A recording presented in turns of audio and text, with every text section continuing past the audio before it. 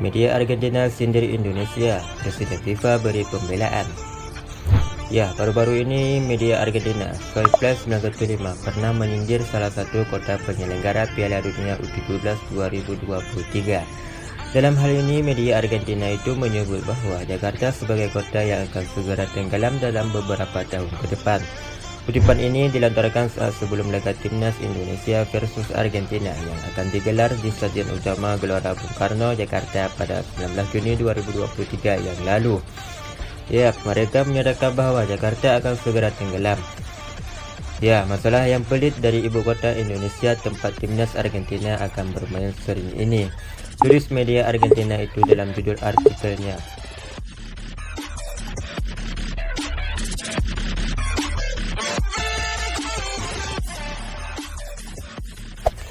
Sedangkan di sisi lain, komentar media Argentina tidak sependapat dengan pandangan Presiden FIFA, yakni Gianni Infantino. Menurut Presiden FIFA itu menyatakan bahwa Indonesia adalah sebagai negara yang sangat indah. Satu minggu lagi, hari ini, Piala Dunia U17 FIFA, sebuah turnamen yang mempertemukan para bintang-bintang sepak bola masa depan, akan dimulai di negara yang sangat indah, yakni Indonesia, tulisnya di Instagram.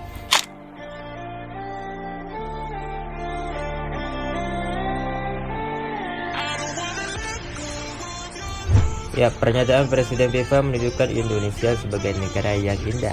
Bukan hanya alamnya yang indah, Indonesia juga memiliki para pesepak bola yang berbakat, yang siap muncul menjadi pemain kelas dunia.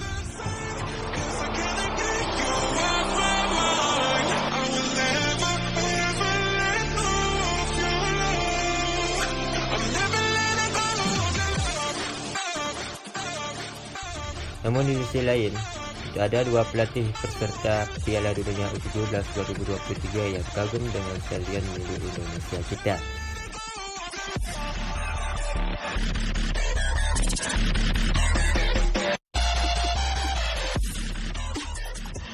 Yang pertama ada pelatih timnas Brazil U17, yakni Felipe Luis. Ya, pelatih timnas Brazil U17 Felipe Luis mengaku kagum melihat kemegahan Jakarta International Stadium atau disingkat dengan JIS. Setelah melakukan inspeksi langsung ke stadion yang terletak di Jakarta Utara itu, juru taktik 36 tahun tersebut terkejut saat dirinya melihat langsung ternyata begitu indah dan megah.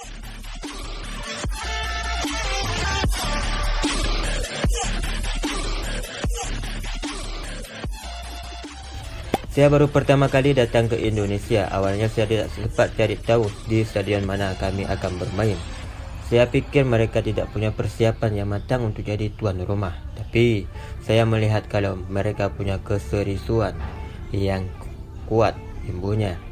Dalam hal ini, Felipe Luis dan anak asuhnya sendiri akan bertanding di JIS hampir selama babak penyisihan grup Piala Dunia U17 2023 mendatang.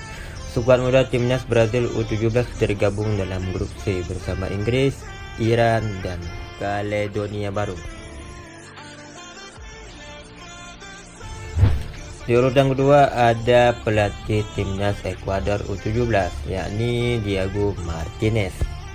Diego Martinez juga takjub melihat kemegahan Stadion Gelora Bung Karno yang menjadi venue grup A Piala Dunia U17 2023 ini. Setelah sempat sebelumnya meremehkan, ia langsung berubah pendapat usai menginspeksi langsung stadion yang terletak di Surabaya itu. Saya awalnya bingung melihat suasana stadion di sini atau Stadion Gelora Bung Tomo. Beberapa area di sekitarnya tidak terlihat ada gedung-gedung untuk istirahatan. Yang ada hanyalah area persawahan, kata Diego Martinez. Awalnya saya mengira kalau fasilitas di dalam stadion akan buruk, tapi ternyata mereka punya stadion yang megah dan sangat besar. Saya harus mengapresiasi mereka yang mempersiapkan stadion semegah ini di area persawahan, tambahnya. Ya, Stadion Gelora Bung Tomo juga akan menjadi lokasi opening seremoni Piala Dunia U17 2023 ini yang mempertemukan timnas U17 versus timnas Ekuador U17 di laga perdana grup A pada Jumat 10 November 2023 pukul 16 waktu Indonesia Barat. Dalam hal ini, Diego Martinez pun akan adu strategi dengan Bima Sakti.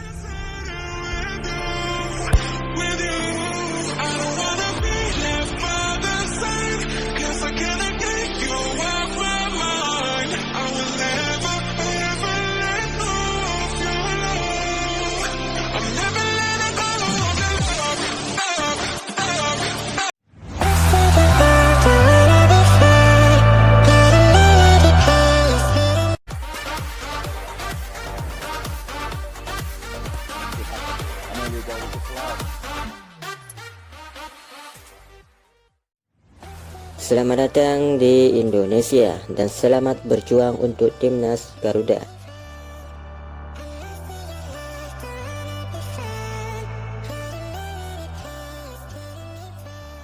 Dalam lanjutan grup D Piala Dunia U17 2023, Timnas Jepang U17 versus Argentina U17 yang digelar di Stadion Sejarah Harupat.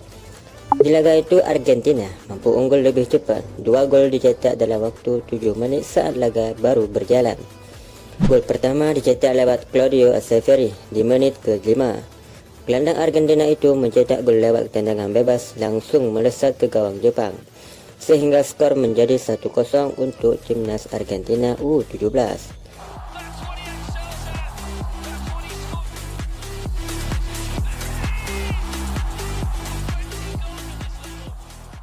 Ya, baru 2 menit berselang, Valentino Acuna berhasil memperbesar keunggulan bagi timnya. Kali ini ia bisa memaksimalkan umpan dari Santiago Lopez sehingga bola memarkir ke gawang Timnas Jepang. Skor berubah cepat menjadi 2-0. Alhasil Argentina pun berhasil memimpin dalam laga di babak pertama ini.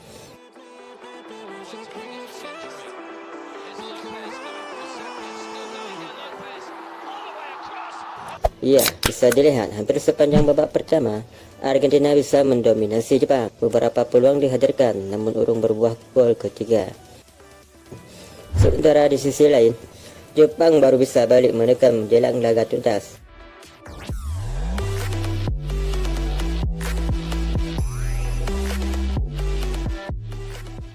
Usai kebobolan, Argentina U17 coba balik mengontrol bola laga. Jepang kali ini kembali kesulitan, dipaksa kembali bertahan oleh sang lawan. Alhasil, Argentina pun berhasil menekan tekanan untuk tim lawan. Di masa injury time, malah Argentina bisa mengunci kemenangannya. Skor menjadi 3-1 dan bertahan hingga peluit panjang berbunyi.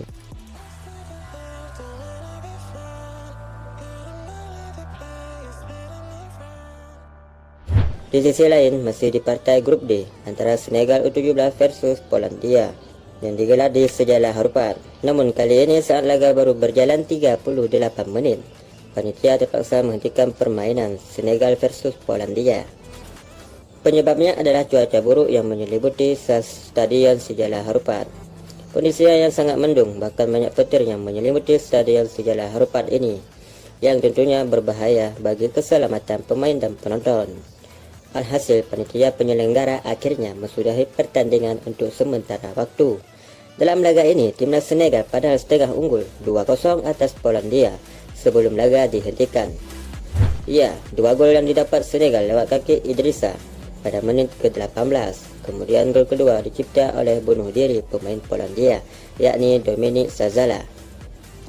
Di sisi lain, gelandang Timnas Indonesia U17 yakni Djibadin yang bertekad membawa timnas meraih kemenangan kala berduel dengan Maroko. Saat itu, skuad Indonesia bakal melakoni laga hidup mati di grup A. Dalam hal ini, anak asuhan Bima Sakti akan menghadapi Maroko pada laga terakhir grup A tersebut di Stadion GBT atau Gelora Bung Karno, Surabaya. Timnas Garuda U17 untuk sementara waktu baru mengumpulkan 2 angka dalam 2 pertandingan di Piala Dunia U17 ini. Mereka bermain imbang dengan skor identik 1-1 saat melawan Panama maupun Ekuador dalam laga grup A ini. Maroko sendiri kini mengumpulkan 3 poin dan jika mampu mengalahkan Timnas U17 di laga terakhir, mereka akan mendulang 6 poin. Jika ingin menembus 16 besar, Timnas Indonesia U17 perlu mengamankan 3 poin. Alhasil tim asuhan Bima Sakti ini harus menang lawan Timnas Maroko. Ya, gelandang Timnas Indonesia U17 Djibadin menyatakan siap membawa timnya memenuhi target lolos ke 16 besar. Kami target lolos ke babak selanjutnya, babak 16 besar. Kami harus siap semaksimal mungkin untuk laga selanjutnya. Saya dalam kondisi fit. Teman-teman juga siap melawan Maroko, ucapnya setelah latihan di lapangan GBT Surabaya.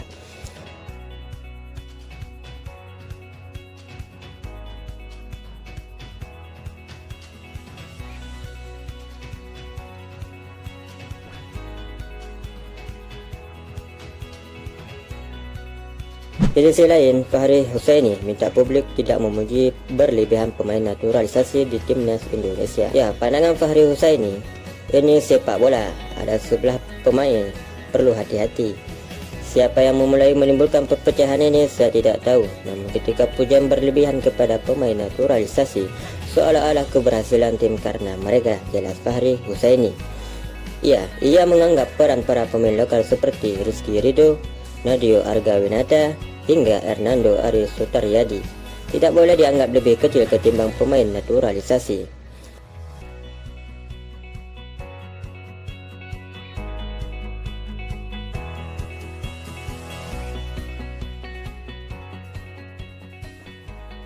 Sementara di Piala Dunia U17 2023, timnas Indonesia tanpa pemain naturalisasi, namun tim berjulukan Garuda Asia itu memiliki 2 pemain diaspora.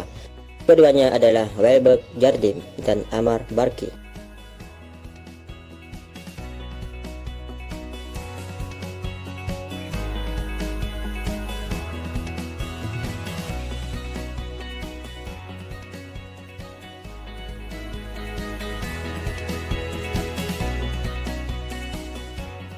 Ya, akun FIFA unggah selebrasi kocak joget Terminator Arkan Kakak usai cetak gol ke gawang timnas Panama U17 di Piala Dunia ini.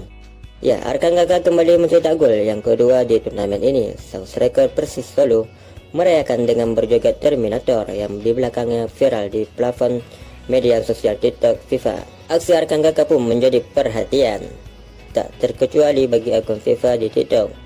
Ada buat semua, dia bicara buat kita konsentrasi. Seperti saya sudah bicara, komunikasi bagus, buat kita harus konsentrasi, kita harus konsentrasi buat besok pertandingan keras.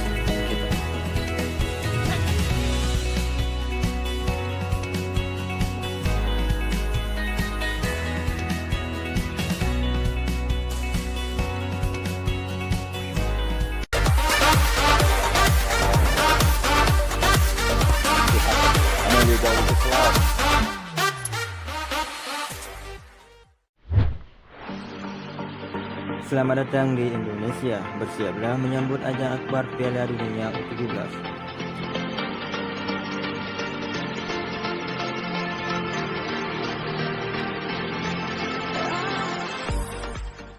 Dalam hal ini, Pemprov Jawa Tengah memastikan Stadion Manahan Kota siap digunakan untuk kompetisi Piala Dunia U17 2023. Stadion Manahan sendiri memiliki kapasitas 20.000 penonton.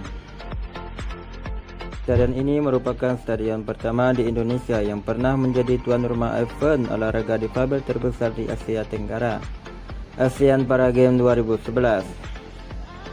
Sebelumnya, stadion ini diresmikan oleh Presiden Republik Indonesia yang kedua, yakni Bapak Soeharto pada tanggal 21 Februari 1998. Ya, Manahan saat ini sebagian besar digunakan untuk pertandingan sepak bola dan juga digunakan sebagai tempat rumah Persis Surakarta. Dilihat dari letak geografis, Stadion Manahan berlokasi di Surakarta yang cukup strategis.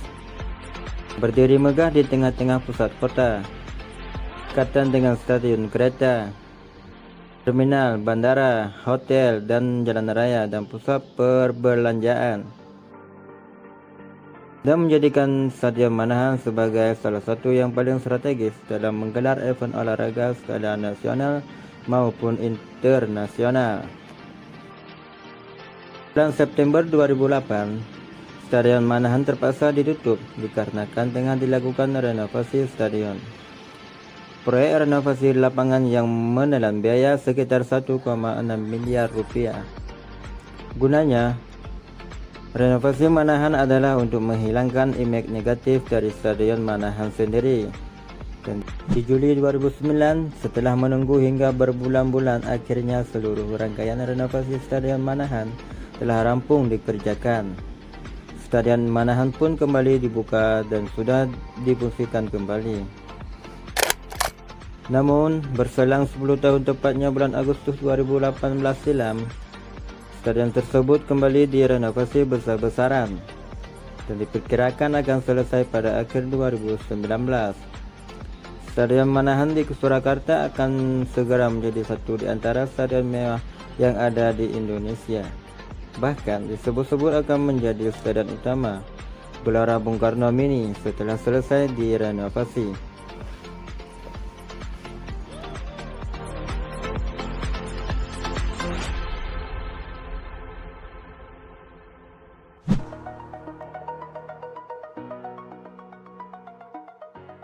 Ya, Raja Nainggolan salut dengan keputusan Sandy Walsh dan Jordi Amat untuk dinaturalisasi. Menurutnya, bukan hal yang mudah bagi seorang pemain menempuh perjalanan jauh ke Indonesia untuk membela tim Merah Putih. Mantan pemain Inter Milan itu sendiri, Raja Nainggolan sempat menolak permintaan untuk membela timnas Indonesia. Pemain Belgia berdarah Indonesia ini mengaku bisa saja dia memilih memperkuat timnas Indonesia jika didekati sejak muda. Ya, gelandang yang menghabiskan sebagian besar karirnya di Italia itu tercatat pernah memperkuat timnas Belgia dari berbagai kelompok umur dan memiliki 30 penampilan bersama timnas senior Belgia. Jika Anda kembali ke masa itu dengan organisasi seperti saat ini, mungkin itu bisa berubah dan sekarang mereka sedang berada di jalan yang positif, tambah Raja Nainggolan. Sebagai pemain asal Belgia, Raja menyatakan dia cukup mengenal dua pemain naturalisasi, yakni Sandy Walsh dan Jordi Amat. Saya tahu dua pemain yang pernah saya lawan. Sandy Walsh adalah teman baik saya. Kami dekat ketika dia di Belgia. Saya pernah melawan Jordi Amat, bek tengah, dia pernah bermain di Belgia juga, tutur Raja Nainggolan.